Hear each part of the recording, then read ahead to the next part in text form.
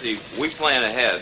That way we don't do anything right now. I think about lots of things. Now, why don't we not stand here talking about them and get down to doing them? To begin. Clytus, I'm bored. To begin. What plaything can you offer me today? How to start. Welcome to The First Syllable, a show about writing, where I'm currently brainstorming a novel called Chase Two Rabbits. I'm Professor Robert E.G. Black. Welcome to the show. If you haven't listened before, I'm currently doing a very detailed outline of this book. I don't normally outline my stuff I write. The outline for the last novel I wrote was like 10 bullet points when I started.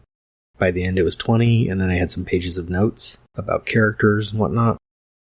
This one is a detective story, so it needs a lot more detail ahead of time. Right now, as I detailed in the last episode, I know what the plot is, I just don't know exactly when or how our narrator, the detective, finds out what the plot is. That might be the harder part. One note on last week's episode, I did say Miro doesn't have a word count. However, my word file, Chase Two Rabbits Notes, has most of the content of the post-its in it. It should be pretty close, probably within 100 words or so, because I haven't added many post-its directly to the board without also copying them into this, just so I could keep track. I realized I could do an approximate word count. Right now is 5,506 words. It's 23 pages of mostly single-spaced, but with like a gap between each note. Separated into sections on Lee as a character, on books, on Ma Nettles, on the case. In case you haven't been keeping up, there's a section on books because this does tie directly to the plot now.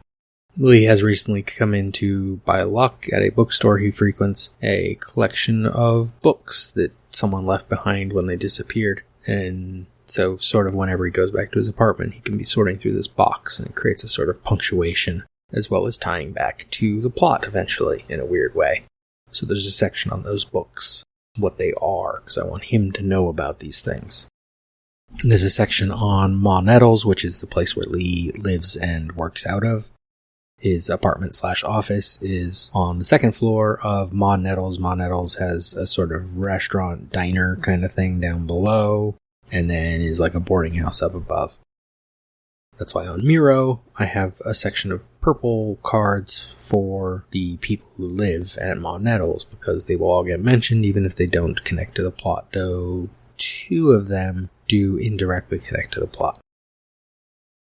A section on the case, which details sort of up the plot and what the case is, what Togi has hired Lee for, stuff that I had ideas for, what Lee sees when he's at Togi's house, what he knows about Togi, stuff about the daughters, Beatty and Frankie, stuff about the potential larger conspiracy plot between the denial and the not, and lots of stuff.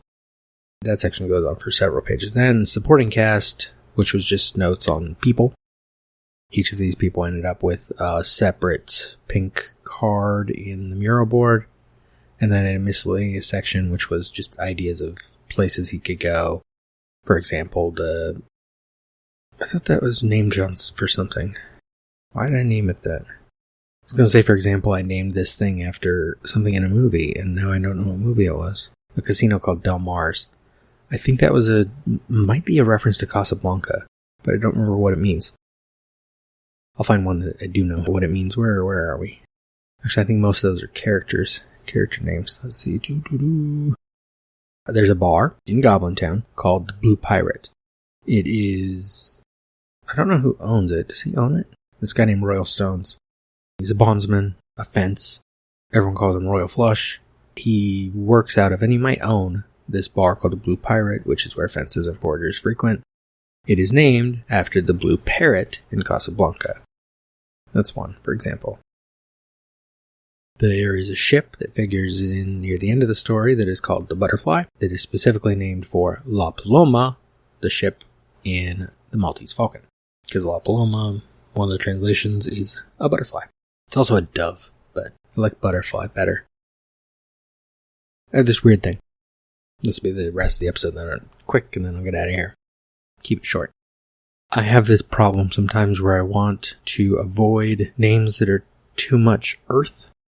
Like, English, a lot of it comes from other languages, Latin roots, Greek roots, depending on the words. And it's like, where does the word dove come from? Where does the word butterfly come from? Do they have birds called doves in Basara? I do have a bunch of names of kinds of birds they have. Let's see what they've got. Where is the glossary file? Glossary file is stuff from when I was writing my Guardia stories and novels years ago, and it has a lot of notes that might never be used, and a lot of stuff that needs to be changed now because I've changed the world around. But one of the things at the end is lists of, for example, names for musical instruments. Baliset, cithara, drum, fife, korhorn, sackbut, singing whistle, viol. There you can see they have things that are similar to things we have, but not quite. Instead of a zither or a guitar, it's cithara. But they have drum, because drum is also a verb. Just hit on something, drum on something. So I kept it. Where's the birds list? Or do I have just an animals list? Where is it? Oh, I have a whole beast list, not a bird list. I know a brin is a bird. A rukukai is a bird, although it doesn't fly. At least you gotta hope they don't fly, because they are huge. Apple pigeon, but that implies they have the word pigeon. I don't know where that came from, the word pigeon offhand. They have eagles, although specifically it used to be spelled E-E-G-E-L. It hasn't come up since I've been refixing things yet. Capon is what they call egg-laying fowl, like chickens. I don't think they have the word chicken. Falcon, but it was spelled with a K, because for the most part I try to avoid the letter C, but not in just regular words, because that'd be weird. It'd be interesting to spell an entire novel in there using their spelling, because you'd have to get rid of certain letters and recombine some. Gleed, I know, are birds, and they're usually referred to collectively. No matter how many you see, they are gleed, and they're dangerous, and they're big. And in updated lore, they'd probably be even more dangerous, because they'd probably be some sort of demonic, shadowy creatures. I don't know. Middle swan, but that implies they have the word swan. So I have a problem sometimes thinking about, do they have a word for this that is theirs? Like, would they call a butterfly? I don't know. Fly is such a basic word that I feel like I have to use it. Butter isn't as basic, but what else are they going to call butterflies? I need you to know, and even here, it's just a ship name.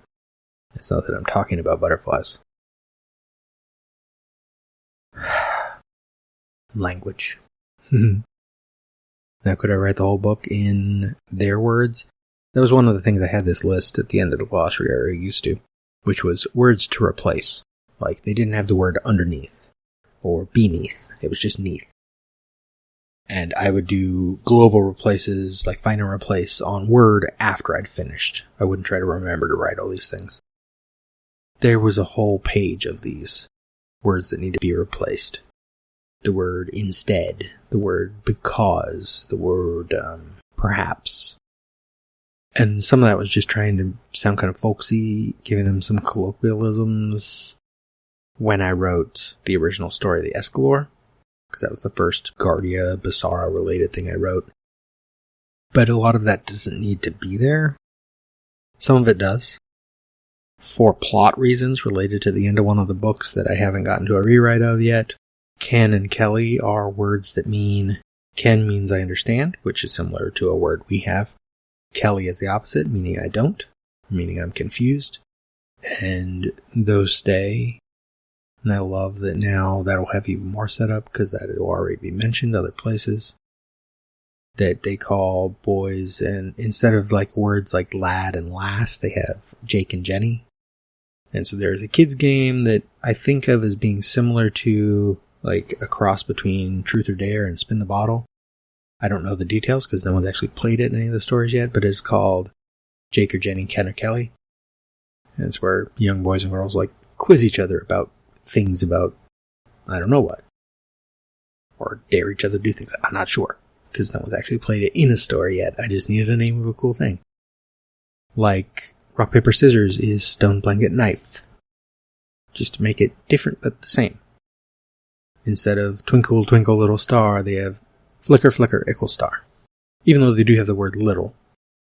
Ickle is, I think, actually a real word. I think it's a British thing. But I kind of thought it was cool, especially going with flicker instead of twinkle. We'll see. Cut. Language is fun. Perfect. I should get coffee. Coffee would help me think. But I should write something first, then reward myself with coffee. Coffee and a muffin. You still here? Okay, so I need to establish the themes. It's over. Go home. Maybe banana nut. That's a good muffin. Go.